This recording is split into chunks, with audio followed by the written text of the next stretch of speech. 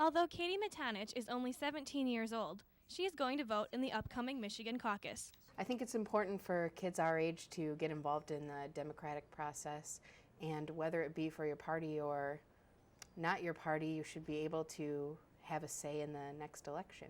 Since she will turn 18 before the November 2nd election, Katie and 100,000 other Michigan teenagers are eligible to cast ballots on February 7th. I think I'm going to be voting for John Kerry this time because I think he'll give Bush a good run for his money. And like in Michigan primaries, caucus voters don't have to identify with the voting party. It's good news for Katie, who isn't normally affiliated with Democrats. I would say that I lean more towards the conservative side because of my religious beliefs. 18-year-old PJ Breadway doesn't belong to a political party either, but he's going to vote too. It's a good thing to make a difference. I mean, every vote counts, as cliche as it sounds, but I think if people vote and they get their ideas in there, then that's really exercising the Constitution.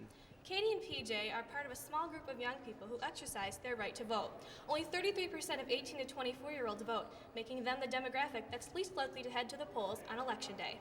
Government teacher Jim Irwin says it's because young voters are generally apathetic. Issues don't affect them as much as it does people who are involved in the economy. They just don't pay attention to what's going on. Irwin says it's especially important for young voters to take part in the February caucus. The one that Michigan nominates in their primary or their caucus is usually the candidate.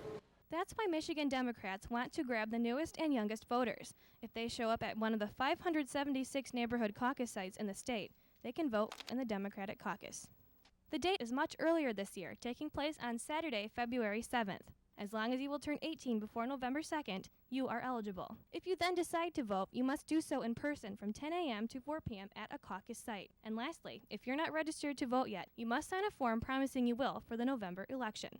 So if you're eligible to cast a ballot, be sure to get out February 7th and rock the vote. Julia Chan, DTV News.